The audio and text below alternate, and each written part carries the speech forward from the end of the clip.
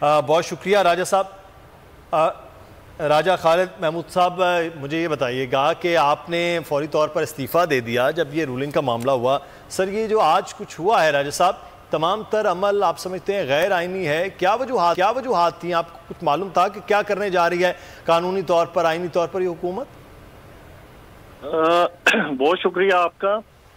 گزارش اس طرح سے ہے کہ آئین کو اسی لیے کہا جاتا ہے کہ ایک مقدس کتاب ہے جس کے مطابق آپ ملک کے سارے نظام کو چلاتے ہیں، ٹھیک ہے؟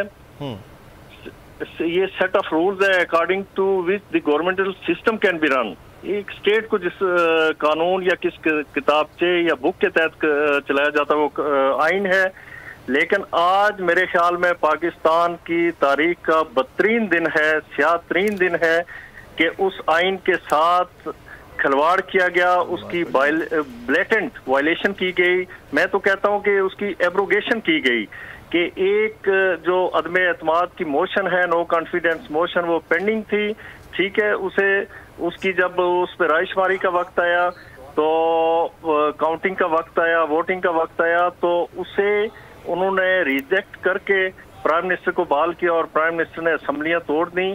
تو راجہ خالد صاحب، آپ کو یہ بات نہیں معلوم تھی؟ اس سے پہلے یہ سب کچھ مشاورت سے نہیں ہوا تھا؟ نہیں، ہماری مشاورت اس میں تو کسی مشاورت میں شامل نہیں تھا۔ صحیح، ہماری مشاورت سے نہیں میرے خیال میں۔ دوسرا میں سمجھتا ہوں کہ ان کے ہائی لیول کے جو لوگ ہیں انہوں نے اپنے طور پہ رکھا، اور پوری قوم کو پتا ہے کہ ایک بات چل رہی تھی کہ سرپرائز دیں گے بار بار آ رہا تھا، تو وہ سرپرائز چند لوگوں تک ہی محدود تھا۔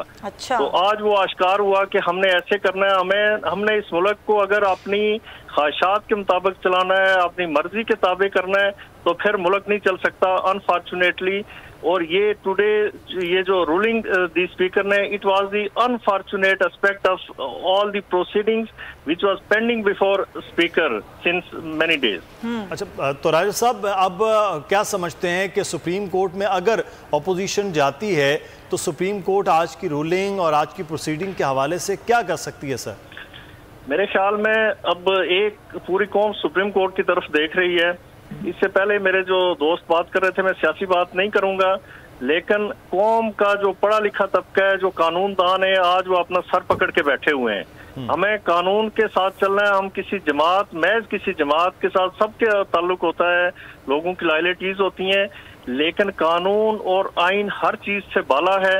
جہاں پہ آپ کی اپنی جماعت بھی قانون کی وائلیشن کرے گی، آئین کی وائلیشن کرے گی، تو حق تو یہ بنتا ہے کہ اس کے خلاف بھی آواز اٹھائی جائے۔ تو راجہ صاحب، یہ آرٹیکل 5 کی آج بات کی گئی، اس کے بعد یہ ساری رولنگ ہوئی، تو اس سارے معاملے کو لے کر سپریم کورٹ کیا کر سکتی ہے؟ جی دیکھیں نا، آرٹیکل 5 کیا ہے؟ آرٹیکل 5 تو یہ ہے کہ آپ نے اسٹیٹ کے ساتھ لائلٹی وہ وابستہ کرنی ہے، آپ لائل ہونے چاہیے اسٹیٹ کے، ٹھیک ہو گیا؟ تو یہ تو بالکل اسے غلط یہاں پہ اس کا انتباہ کیا گیا، اس کی مس انٹرپریٹیشن کی گئی۔ اور آرٹیکل 6 میں 5 پڑھ لیتا ہوں، loyalty to the state is the basic duty of every citizen. یہ تو ہر شہری کا فرض ہے کہ وہ اسٹیٹ کے ساتھ لائل رہے۔